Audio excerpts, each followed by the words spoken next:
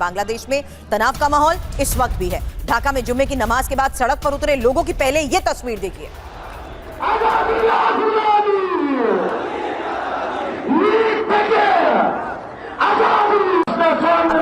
भड़कने की आशंका जताई गई है। फिलहाल ये वो तस्वीर है जहां गुस्साए लोग लगातार नारेबाजी कर रहे हैं। अब शाहबाग चौराहे पर प्रदर्शन की तस्वीर देखिए।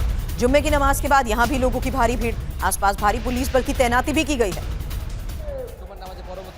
এখানে এসে তারা অবস্থান নিয়েছেন, স্লোগান দিয়েছেন। আমরা দেখেছি এখানে কিন্তু শাহবাগ চত্বরে অর্থাৎ যে চত্বরটির নাম, तो हाथों में झंडा लिए किस तरीके से सभी एकजुट हो चुके हैं। माथे पर बैंड बांध रखा है, हाथों में झंडा ले रखा है, लगातार नारेबाजी हो रही है। और ये ढाका के शाहबाग चौराहे पर जारी प्रदर्शन की तस्वीर है जहां जुम्मे की नमाज के बाद लोग उमड़े हैं। হত্যা করেছে তাদেরকে এনে দেশে ফিরিয়ে এনে ভারতের। अब सेंट्रल ढाका में हजारों लोगों की तस्वीर देखिए। लोगों के हाथों में हादी का पोस्टर है,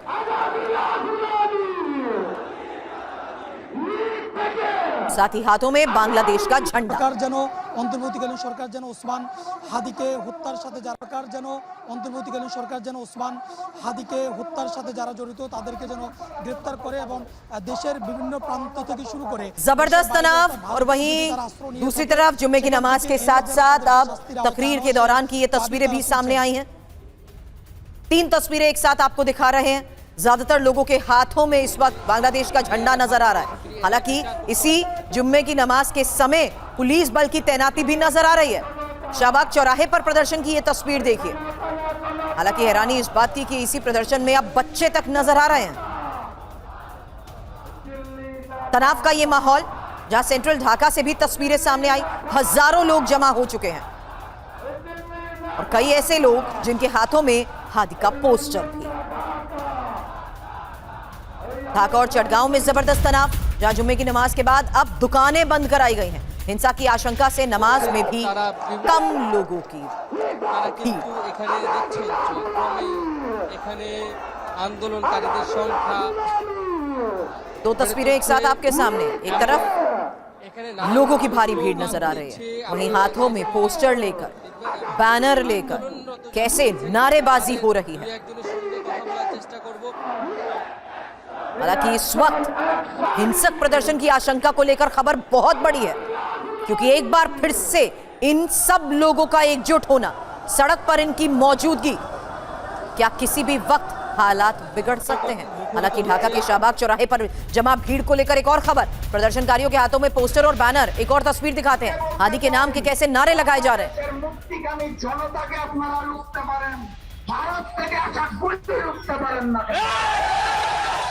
আপনাদের কাছে তথ্য থাকার পরেও আপনারা যদি হিন্দুস্তানি গোলামি করার জন্য প্রস্তুত থাকেন তাহলে আপনাদের বিরুদ্ধে আরো একটি অভ্যুত্থান হবে ইনশাআল্লাহ। নতুন বাংলাদেশে হিন্দুস্তান এবং হিন্দুস্তানের কোন বন্ধুত্বকে আমরা মেনে নেব না ইনশাআল্লাহ। নারায়ে তাকবীর, নারায়ে তাকবীর। দিল্লি না ঢাকা, দিল্লি না ঢাকা।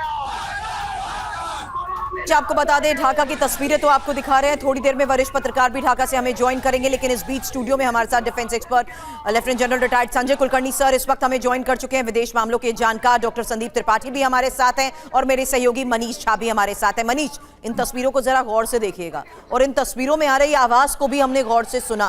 क्या यहाँ तकरीर भी हो रही है, हाथों में बैनर भी है, पोस्टर भी है, जुम्मे का वक्त है और इसी दौरान ये अनाउंसमेंट्स।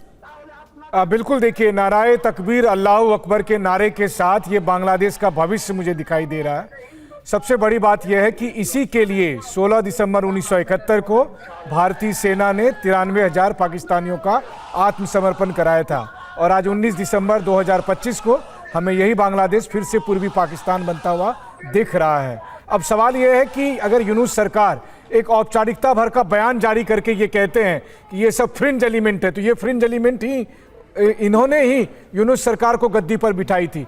देखिए, इसमें से बहुत से तस्वीरों को मैं साफ तौर पर पहचानता हूं। पिछले साल जब मैं अगस्त में था, जब शेख हसीना ने देश छोड़ा था, यही वो लोग थे जिन्होंने की शेख हसीना को भगाया, यही लोग थे जिन्होंने शेख मोहम्मद यूनुस को सत्ता पर बिठाया।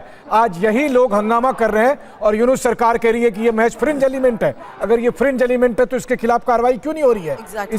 और सेना और पुलिस केवल मुंह दिखावे के लिए क्या?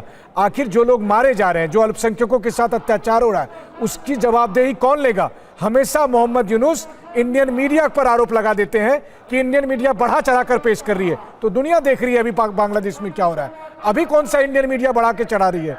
अगर आज बांग्लादेशी चैनलों पर आग लगाई जा रही है तो इसका दोष इंडियन मीडिया को नहीं है, इसका दोष मोहम्मद यूनुस की सरकार की विफलता है। बिल्कुल सही बात आपने यहां पर कही, लेकिन डॉक्टर संदीप अब ये भी समझा दीजिए, क्यों इस हालात को, पिछले 10 घंटे के हालात ने सवाल खड़े कर दिए यूनुस पर? क्या उनकी रजामंदी है? और अगर अभी तक उनकी चुप्पी सवाल उठाती थी तो अब के हालात को देखते हुए उनका एक्शन कहां है? देखिए सुरभि जी, ये बात हमें समझना होगा कि आखिर यूनुस है कौन। ये कहते तो हम हैं कि ये एडवाइजर हैं, इंटरिम गवर्नमेंट के हेड है बांग्लादेश के, लेकिन ये एडवाइजर मुनीर के हैं, ये समझना पड़ेगा। ये एडवाइजर जमात इस्लामी के, ये समझना पड़ेगा। ये एडवाइजर उस सोच के हैं जो 1971 में जो ये इसको विखंडन हुआ, भारत ने एक नया मुल्क बनाया बांग्लादेश को, ये उस सोच के खिलाफ के एडवाइजर है। तो आज ही इनको एक फ्यूलिंग करने का एक मौका मिला और यही कारण है कि आज बांग्लादेश में साफ तौर पर कठपुतली कह रहे हैं। जी, पूरी तरीके से मैं मानता हूं कि यहां पर सब कुछ पाकिस्तान प्ले कर रहा है। आप इसको यूनुस को भूल जाइए फॉर द टाइम बिंग। और पाकिस्तान इस बात को लेकर बहुत खुश है कि आज बांग्लादेश ब्लीड कर रहा है। और ब्लीड कहां कर रहा है? हमारे बॉर्डर पर। मैं हमेशा कहना चाहूंगा, और आज ये बहुत अच्छा वक्त है कहने का, कि भारत सरकार को ये स्ट्रेटेजिक नेग्लिजेंस नहीं करना होगा। ये बांग्लादेश का आंतरिक मामला नहीं है, ये भारत की सुरक्षा का मामला है। ये भारत के उन 5 राज्यों के सीमाओं पर लगा हुआ मामला है। और हमारी सुरक्षा का मामला में हम, ये ट्रस्ट डेफिसिट का मामला नहीं है, ट्रस्ट सिक्योरिटी का मामला है। मुझे लगता है जिस प्रकार से आप आशंका बता रही हैं कि नमाज के बाद क्या हो सकता है वहां पर, यहां पर एक बहुत बड़ा एक स्ट्रेटेजिक स्टेप लेना होगा और यह बताना होगा कि बांग्लादेश का मुद्दा ये एक आंतरिक मुद्दा नहीं है, ये दूसरे देश का मुद्दा नहीं है, ये भारत की सुरक्षा का और भारत के आत्मसम्मान का और भारत के इतिहास का मुद्दा है। जब 1971 में भारत ने इस मुल्क को बनाया है, मुझे लगता है कि ऐसी सोच भी अभी है वहां पर, जो परेशान होगी, जो चाहते होंगे कि 1971 की जो शहादत गई वो बेकार नहीं होने वाली है।